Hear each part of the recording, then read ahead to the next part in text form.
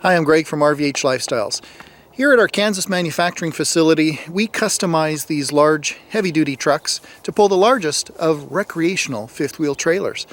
Now, one of the practices we have is to rely quite a bit on oil sample analysis and even fuel sample analysis when considering a used truck before we purchase one, but we also use oil sample analysis as a way of looking into our units over time to see how they are holding up and how they're performing. The purpose of this video is I want to show you folks how we take our samples. There's other ways to do it and other tools. I will have some links down below in the description as to where you can source some of the sampling tools that you're going to see, some of the hose, and as well where you can send those samples to get them analyzed. So let's take our sample. One of the first things we want to make sure we've done is we've driven the truck. We want to make sure all those oils and fluids have stirred up, gotten nice and hot, and here's the little kit that you're going to require. I've purchased myself a siphon kit. So this is just a little pump. You pull that handle. A lot of the sampling companies will send you, or you can buy these very inexpensive little jars. They fit right on that thread, and you always want to have a good supply of hose. You never use the same hose over and over. You always want to get fresh hose for every separate sample. So here's my little siphon device. We want to make sure that the little container stays clean, so always keep these lids on. They fit right in there, and there's a nice O-ring in here. So we'll need this lid, set that aside. Again, keep it clean. And what we need to do next is get the proper length of siphon hose. And little trick is use your dipstick as a measuring device. So you need a piece of siphon hose that is the same or just a little bit longer than your dipstick.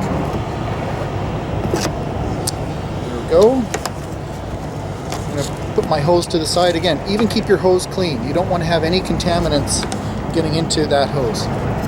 Next, what we do is we're going to put this hose inside the siphon device.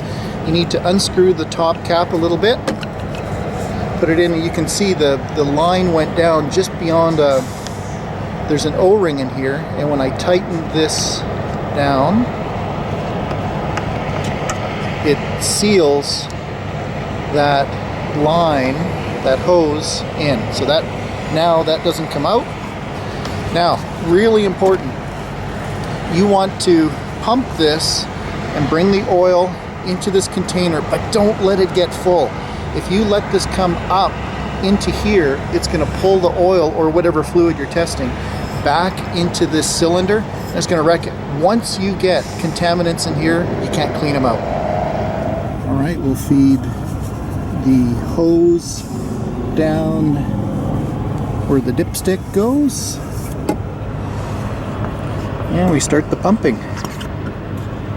So there it is. It came up real fast. If you look real careful, I'm just putting a little bit of pressure.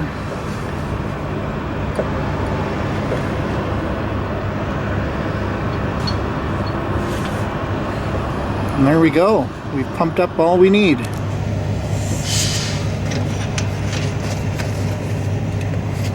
And next, here we are at the fuel tank. We'll take our sample of this.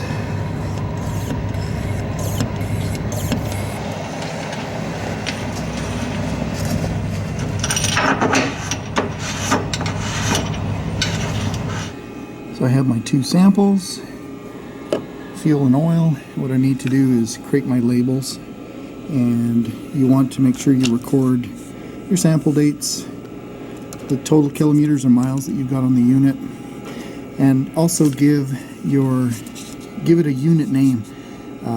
What'll happen is your results will be posted on the internet to view over time. Well, thanks for watching my video. If you'd like to see more videos, I'm going to bring up some links right here on the screen in a moment.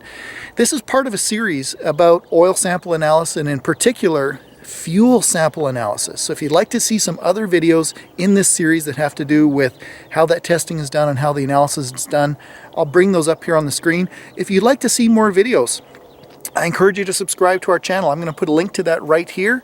And if you click on that subscribe button, and in particular hit the bell so you get a heads up when we've posted some new videos. I appreciate you watching.